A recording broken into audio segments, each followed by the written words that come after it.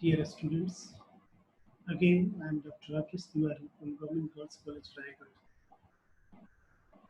Today, or in this lecture, we will discuss the central idea or gist of the seventh chapter of BA second year, that is Communication in Modern Age.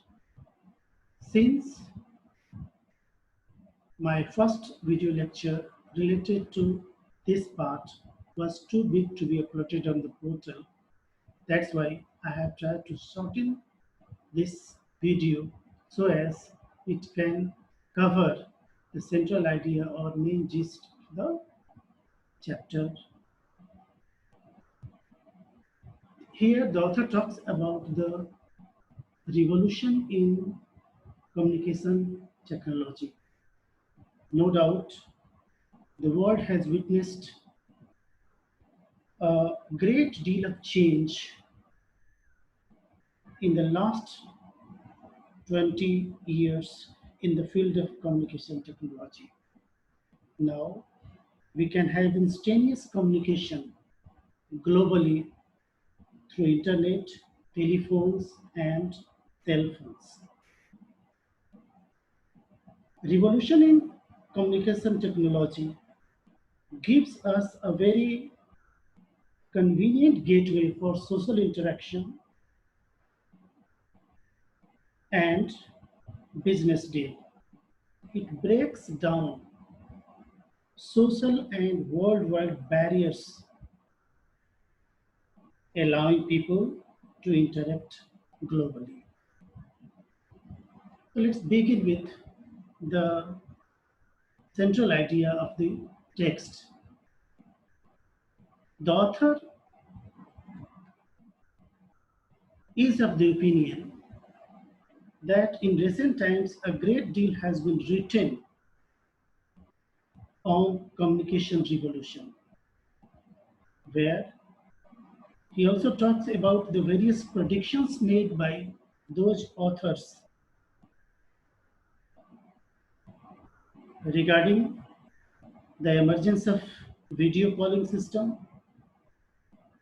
then the large scale networking, the multiplicity of cable televisions, and the role of satellite in further augmenting the worldwide communication system. He says further that the world will enter into mass distribution of electronic publication, high capacity optical fiber lines will be laid, and he also forecast that the world will enter into the age of personal computer. But in the very beginning of the 21st century, we feel that all those predictions that have been made by those writers, they have come true.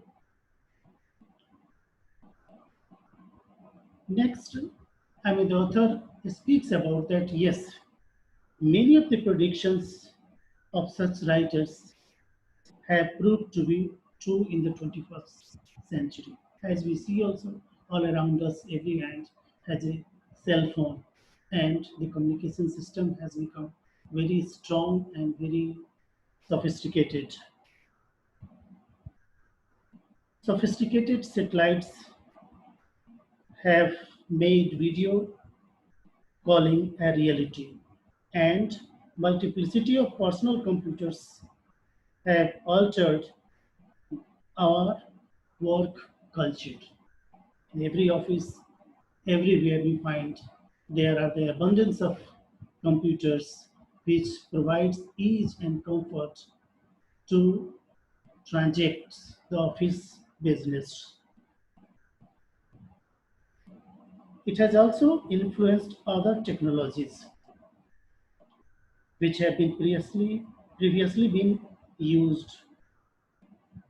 The production of the latest generation of hardware and software have made us produce sophisticated multimedia presentations. Alteration in this is the changes, or it has influenced the other technologies now from analog to digital. This is the world that we have entered into. The digital world is very much clear.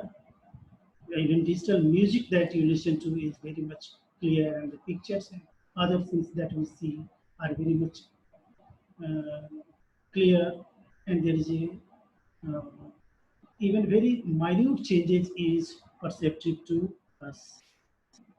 The communication system provides a means by which information coded in signal form can be transmitted and exchanged. This is how the definition of communication has been given by the author. At present, we employ a number of communication systems to exchange information. Now, information as he defines as a collection of symbols that when combined together communicates a message or intelligence. This information in communication system can be transmitted via telephone line, satellites, or any other channel or paths. After that, it is received and decoded into the original form. This information, what the author says, can be transmitted, stored, and manipulated easily with the help of computers. Information is also a picture. Usually, in this regard, we had the conventional idea that information is passed through either televisions, radio, etc. But now it is not simply the message that is being given through these means, but it is again a picture manipulated by a computer that highlights the human body with its detail. I mean, various information, maybe regarding the human body structure and other details, is also provided by computers. It can also be a library of books, and all these things are simply stored on a handful of optical discs, what you usually know as CDs or DVDs. It can store a great deal of data, which can be reused by us. It is also a series of facts that gives us current state of stock market, which is again accessed by people from home through their PCs. And through this, they can make their planning of the business. We are very much aware of one of the dictums that is prevalent in our country, that knowledge is power. Here also, the notion of information is equated with power. Our society depends on and is driven by information. We need to acquire latest business news, financial news to keep ourselves abreast of, so as to plan our strategy of business or even compete globally. Now computers are programmed to resolve various problems as it is being done by a human expert. Even they can pinpoint the problems in a complex machinery which is not easily to be solved even by the skilled engineers. The poet, the author, again expresses that it is a form of communication technology is like a form of new highways, not in the forms of cars and lorries, but transmitting data, information at a very high speed to our homes. The new information technology have affected our social structure also. When the society has been influenced by the development of this technology, it has given birth to various ethical questions also, like duplicity, plagiarism, stealing of material and drawings without prior permission of its original owner. So it is a challenge to our virtuous, we can say challenge to our virtues, in which we simply try to reproduce the things through cut and paste method that is applicable in computer, as you know. This emergence of technology resulting in information made people fearful about the loss of their jobs. Initially, it was uh, very much in news that when too many of computers will come, they will rob the jobs of the people. The ever increasing number of computers in the offices and in other installations, and they controlled they control the various systems. They have given us a apprehension that this may create the dehumanization also. Man will become machine and man will work like a machine. So on the basis of our knowledge of computer, a new class is also being formed. The world earlier was being judged through the economic or the educational criteria of the people.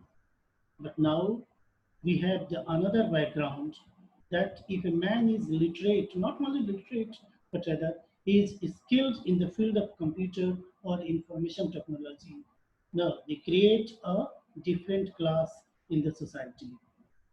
And that's why it, they are the people who can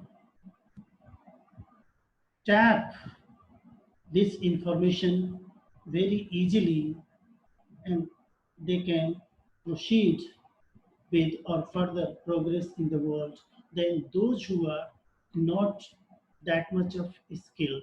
Even in office, we find that a computer skilled person is more honored than an unskilled person in the field of computer. And even sometimes they are underpaid also.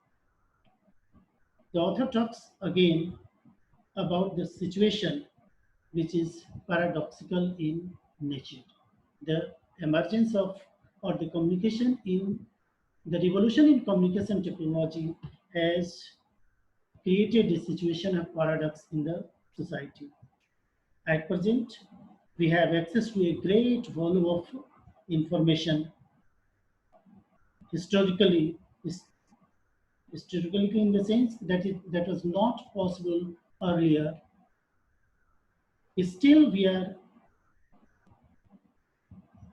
in the need of more and more information, and we are even dependent on more and more information that is coming through these sources of information technology. But still, a large chunk of our population may not partake in this information bonanza. In the sense, they are technically either unfit or they are economically so backward that they cannot afford this information or they are not able to tap these informations available. So this paradox is again in another form that at one place we find that this computer technology may take away the jobs of our people, but still we find that we are more and more dependent on this computer technology or information technology. We cannot live without this. If at one and we feel about fear. We fear the loss of our job at one place. We find that these computers are very much helpful to us in dealing with various problems. I mean, once this computer system is now being used to diagnose various fatal diseases like cancer, and even doctors usage various softwares for diagnosis and treatment of not only cancer but very many diseases also. Moreover, they tap the experiences of the worldwide doctors so that they can provide a better treatment to their patients. So it has been a boon for even physical disabled people who were not able to communicate earlier, but they can now communicate better with the help of this technology.